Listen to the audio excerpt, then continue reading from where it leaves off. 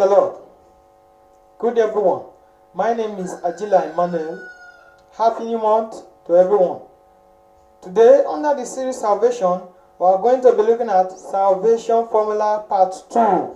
Salvation Formula Part 2. Formula for believers. Formula for believers. A believer is a person that has accepted Christ as Lord and Savior and is following the footsteps of Christ. Or simply, a believer is a follower of Christ. Now, there is a difference between a believer and an unbeliever. In the case of an unbeliever, the salvation formula is equal to grace. But after the unbeliever has been transformed from being an unbeliever to being a believer, the formula becomes salvation is equal to grace times works. When you study 2 Corinthians chapter 9 verse 8, which says God is able to make all grace abound towards you, that you always have all sufficiency in all things, may abound to every good works. You will discover the formula for what a believer, which is salvation because of grace, times good works. It's so unfortunate that most of us that we call ourselves believers don't have enough good work to show our faith of being a believer. You don't have to tell a person that if you don't have to tell a person that you are a believer, because before they will know that you are a believer. If you need to tell somebody that you are a believer before they will know that you are a believer, know that you have problems somewhere. Because by your good works, they will know that this person, Mr. A, Mrs. B, is a believer. This boy, this girl is a believer by your good works. Not by grace alone. Yeah, it's by grace we have been saved according to Ephesians. But rather, we have to show our good works.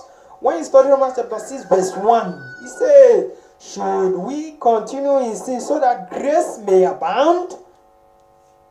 In verse 2, he said, God forbid. Now, when you study further in that Romans chapter 6, when you get to verse 15, he says, should we continue in sin because we are not under law so that grace may abound? And he said, God forbid.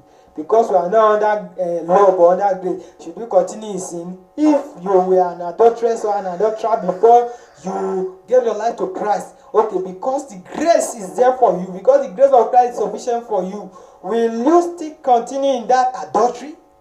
God forbid.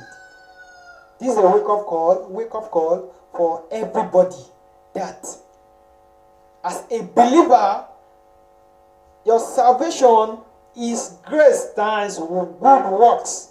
And in mathematics, anything multiplied by 0 is equivalent to 0. Because when you have grace as a believer, you have grace, obviously. You have grace. But if you don't have good works, your grace times your 0 good works is still equal to 0. There is nothing you can do about it. It's equal to 0. But when you show your good works multiplied by your grace, it will give a positive result.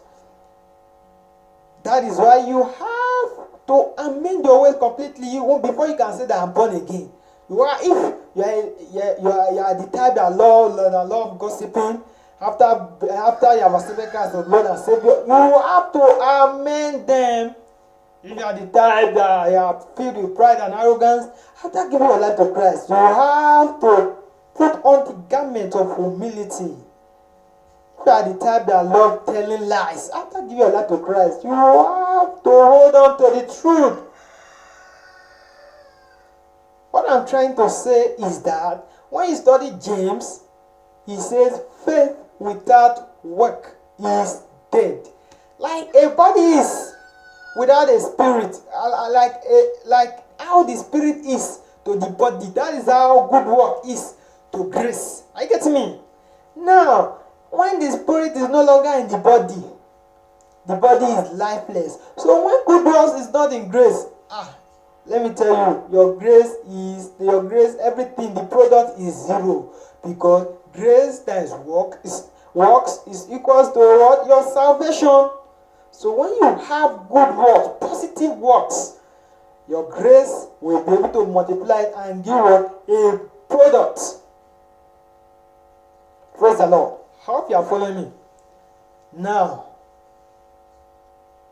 I don't intend saying this, but I'm led by the Spirit to say it. Are you getting me? I've had this revelation not once, not twice. Jesus Christ told me to warn humanity that is coming very, very soon.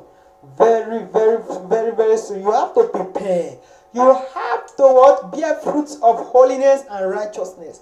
You have to bear fruits of the Spirit. You have to what? Live a life of sin. You have to bear good works.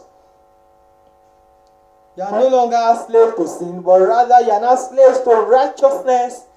You have to be righteous in all your ways, and the grace will perfect all your imperfection in Jesus' name. One of my friends had the revelation that Jesus Christ told him that it's coming very, very, very soon, that you should prepare for his second coming. You should bear fruits awaiting him for his second coming. You have to prepare. I also had the revelation. My friend also had the same revelation that you have to prepare for the second coming of Christ. Amend your ways now. If you are the type that loves telling lies, if you are the type that you like committing adultery, as a young girl, a young boy, you are still having boyfriend, girlfriend, still having sex partners, you have to what? Amend your ways now. If you are the type you are still engaging in yahoo, that is not good work. That is bad work. You have to amend your ways. If you are the type that you are still, defiling the temple of the Most High God. Your body is the temple of the Most High God. You are still defiling the temple of the Most High God through adultery and fornication. Amend your ways. If you are the type that you are still engaging yourself in witchcraft, amend your ways now before it is too late. Because witchcraft is not a good work, rather it's a bad work. And what is very negative. In mathematics, when you multiply anything multiplied by negative, when you multiply negative by positive, it's negative. Plus times minus is minus. Because grace is positive, and your work is negative. So your grace times your work will be what? Negative. Which will eventually end up in hellfire. Hellfire is not a place where you should be. Neither is heaven a place where you should miss. The greatest achievement you can ever make is to make heaven. Yes, because you have escaped hell if you would make heaven. What I'm trying to say is that we should amend all our evil ways so that we can bear good fruit unto righteousness. So that we can bear good fruits. So that the death of Jesus will only be waste to you if you don't accept him as Lord and Savior. If you don't follow in footsteps. That is why he said it in Matthew chapter 11 verse 28 and 29. He said, Come unto me, all ye that labor and heavy laden, and I will give you rest. In verse 29, he said, Take my yoke upon you and learn of me, for I am meek and humble. What he's trying to say is that if I must save you, if I must give you rest, you must obey me. You must follow my footsteps. You must behave exactly like me. Praise the Lord. At this point, if you have not given your life to Christ, I advise you to give your life to Christ now. Because that tomorrow that you are thinking, that money that you think that after I've made money, before I'll give my life to Christ, that child that I am looking for, that I say after I give birth to my child, that's when I'll give my life to Christ. It might be too late. It might be too late. That's why you have to give your life to Christ now. That exam that I say after doing examination malpractice, then I can now give my life to Christ. You might be in that exam or you answer the call of the Creator. Are you getting me? You might be in that exam or rapture will just take place. Are you getting me? So that is why you have to give your life to Christ now. Don't deter your day of salvation. Don't postpone it. Because you don't know the time and the hour in which it will come. So if you want to give your life to Christ now, just bow your heads, pray anywhere you are. Tell him, Lord, that tell him that you are sorry, that you are ready to accept him as Lord and Savior, that you are ready to bear good fruit, that you are ready to accept him. And if you are the type that you say you have given your life to Christ, don't have good fruit, please for mercy from him. Tell him that from now on you are ready to change, to amend your ways. Tell him. Don't bow your head anywhere you are. Tell him. In Jesus' name, you have pleaded for mercy. Please, I would like to pray with you. Heavenly Father, we thank you for the life of these ones, be thou magnified. Father, please, Lord, accept these ones in the mighty name of Jesus. Have mercy, cleanse them with your blood in the mighty name of Jesus. Father, King of Kings, write their names in the book of life in the mighty name of Jesus. And if you come now, Lord, don't forget to take them alongside with you in the mighty name of Jesus. Thank you, Father. Thank you, Lord. In Jesus' name we pray. Amen. Thanks for watching this video. Please, I'd like you to just like our page, Enter Evangelism Team, or our page, Enter Evangelism Team. Follow us on YouTube, on Instagram, Twitter, everything. Subscribe. And may God bless you in Jesus' name. You can do us a favor by just sharing this video so that you can save a soul. Praise the Lord and God bless you in Jesus' name. Amen.